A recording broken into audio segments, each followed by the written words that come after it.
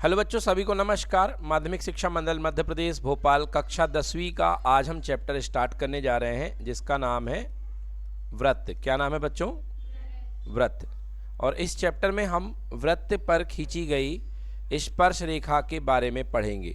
ठीक है, तो सबसे पहले जानिए बच्चों की व्रत क्या होता है। ये देखिए, आप सब जानते हैं कि अगर कोई बिंदु इस प्रकार से गति करता है कि इसकी एक निश्चित बिंदु जिसको केंद्र बोलते हैं, केंद्र से दूरी हमेशा समान बनी रहती है।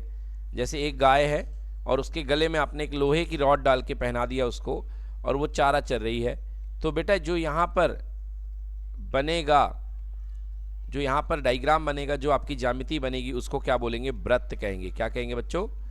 व्रत। अब देखिए, व्रत के सापेक्ष में मैं कुछ रेखाएं बना रहा हूँ। देखिए, तो एक रेखा जो है आपकी वो वृत्त के एकदम बाहर है। एक रेखा जो है आपकी वृत्त के एकदम बाहर है।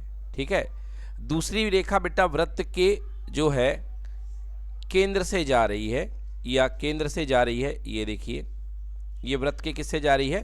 केंद्र से। ये बिंदु ए हो गया और ये बिंदु बी हो गया।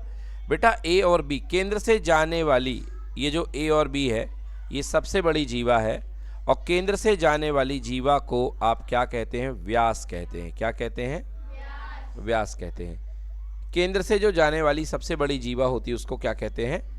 व्यास कहते हैं। अब आप देखिए, ये जो रेखा है इसको आप छोटा करते जाओ। देखो बेटा, ए बी को व्यास कहते हैं। क्या कहते हैं? ए बी को।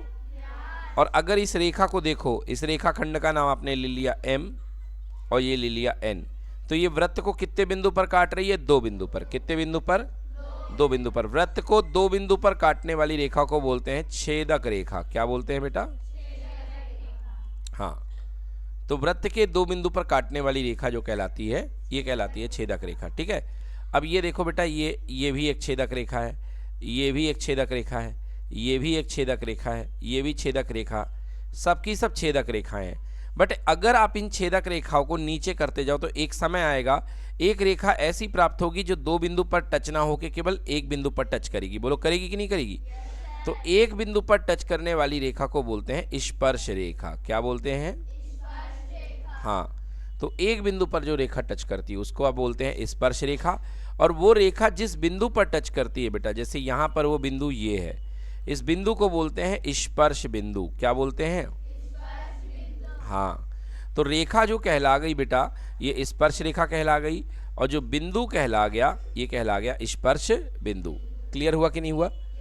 तो पहला टॉपिक हमारे सिलेबस में यही हमको जानना है कि स्पर्श रेखा क्या होती है, स्पर्श बिंदु। तो ये देखिए, हो गई स्पर्श रेखा, इसका नाम एम ले लो, इसका नाम एन ले लो, है ना, और स्पर्श बिंदु का नाम पी ले लो आप। ठीक है, ये स्पर्श रेखा हो गई। सवाल उठता है, एक वृत्त में कितनी स्पर्श रेखाएं खींची जा सकती हैं? एक वृत्त में बच्चों अनंत बिंदु होते हैं। कितने बिंदु? और अनंत बिंदु पर अनंत स्पर्श रेखाएं आप हर तरफ से देखो, यहाँ पे स्पर्श रेखा खींच सकते हो। खींच सकते हो कि नहीं खींच सकते हो? ये सबकी सब क्या है? स्पर्श रेखा है। सबकी सब क्या है? स्पर्श रेखा। ठीक है ना। अभी आपने दिवाली मनाई, दिवाली में आपने चक्री जलाई होगी। चक्री जलाई, तो चक्री में बेटा देखा होगा आपने कि चक्री में यहाँ पर जब चक्री जलती है तो जो अपना मसाला फेंकती है जलने के बाद, बेटा वो स्पर्श रेखा में ही फेंकती है। फेंकती कि नहीं फेंकती है ना? वो कहाँ फेंकती है? स्पर्श रेखा में फेंकती है ना।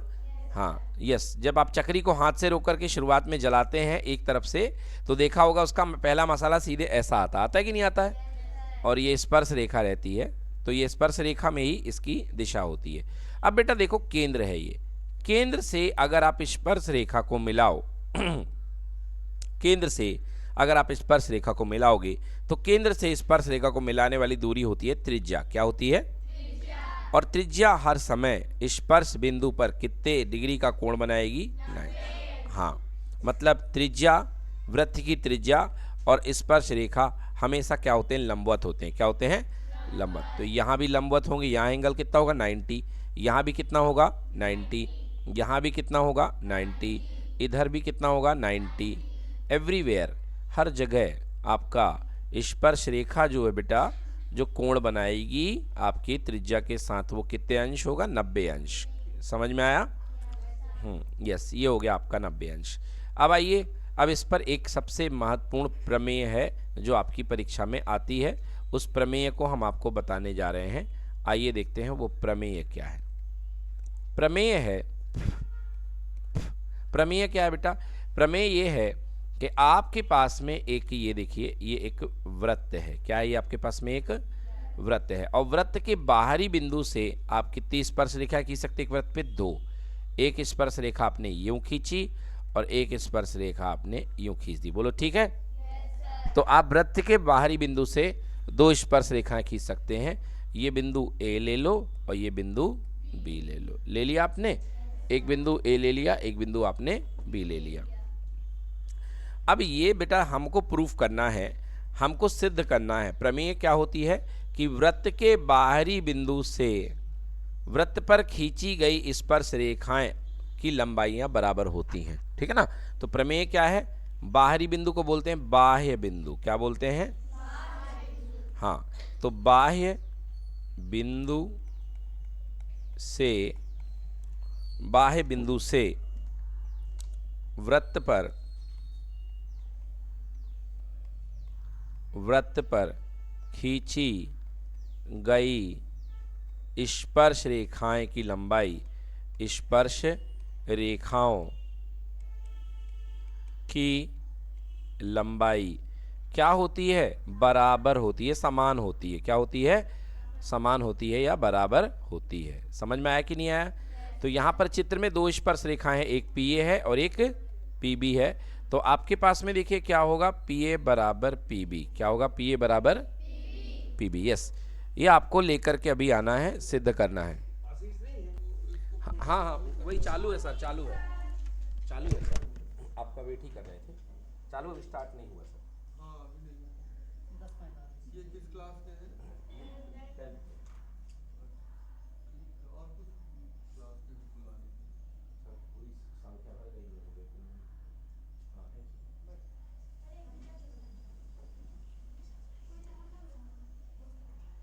तो देखिए आपको सिद्ध करना है पीए बराबर पीबी। क्या सिद्ध करना है? पीए बराबर पीबी। तो इसका सिद्ध करने के लिए बेटा, कभी भी किसी चीज को सिद्ध करने जाओ तो इसको लिखा जाता है उपपत्ति। क्या कर लिखते हैं? उपपत्ति, यानी कि हम इसको प्रूफ कर रहे हैं। कैसे प्रूफ करेंगे बेटा? देखो ये केंद्र है केंद्र की नहीं है? सबसे पहला काम आपको केंद्र O से P से लेके O को मिला देना है। तो लिखोगे यहाँ पे है, यहाँ पे लिखोगे रचना। क्या लिखोगे? रचना। P से O को मिलाया, P से O को मिलाया। ठीक है बेटा? P से O को आपने मिला दिया।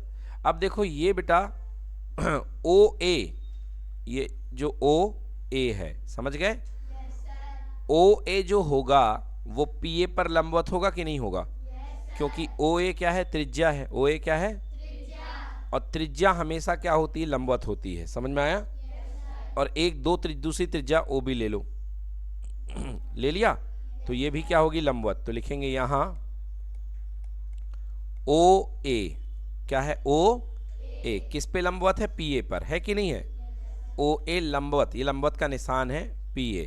एंड OB किस पर लंबवत है? PB पर। ठीक है, लिख लिया अच्छे से। अब आ जाओ, अब करते हैं 2 त्रिभुज लेते हैं, समकोण त्रिभुज OAP और समकोण त्रिभुज OBP। यस, समकोण त्रिभुज OAP तथा समकोण त्रिभुज OBP में। ठीक है, 2 त्रिभुज आपको दिख गए हैं, एक त्रिभुज है OAP और त्रिभुज है OBP। ठीक है, आप देखिए यहाँ पे सबसे पहली चीज क्या है? हमको बेटा इसमें लगानी है सर्वांग समता। तो कोण OAP बराबर कोण OBP, कोण OAP बराबर कोण OBP। बताइए है कि नहीं है? प्रत्येक 90 डिग्री। प्रत्येक कितने डिग्री? 90। यस, ये हो गया 90 डिग्री। दूसरा आपके पास में जो दूसरा बन रहा है वो है OP बराबर OP। दूसरा क्या बन रहा है? देखिए OP बराबर OP, ये OP है और ये क्या है? OP है। तो दूसरा बन रहा है OP बराबर OP। देखिए दोनों त्रिभुजों में OP भुजा कॉमन है कि नहीं है? तो इसको लिखेंगे और समकोण के सामने की भुजा को बोलते हैं कर्ण। क्या बोलते हैं? कर्ण। तो लिखेंगे बराबर लंबाई का कर्ण या उभयनिष्ठ कर्ण। दोनों त्रिभुज में ये कर्ण कॉमन है कि नहीं है? हाँ, उभयनिष्ठ कर्ण। और तीसरा बेटा ओ ए बराबर ओ बी, ओ ए बराबर ओ बी, ओ ए बराबर ओ बी, ये क्या है? वृत्त की त्रिज्या, वृत्त की। और बेटा त्रिज्या जो होती है एक वृत्त में वो क्या होती है? बराबर होती। क्या होती है? बराबर। अब देखिए दोनों त्रिभुज सर्वांग हो गए। कौन सी सर्वांग समता लगी है? यहां देखिए सबसे पहला लगा है, बोलो आर। क्या लगा है? आर। आर मतलब राइट एंगल, आर मतलब हाँ, चालू करो ना। Yes sir. सर नहीं हुआ अभी। तो बच्चों देखा आपने यहाँ पे सबसे पहले हमने देखा समकोण यानी कि राइट एंगल। बेटा ये क्या है? कर्ण है। क्या है ये? कर्ण। कर्ण को इंग्लिश में बोलते हैं हाइपोटेनस। क्या बोलते हैं?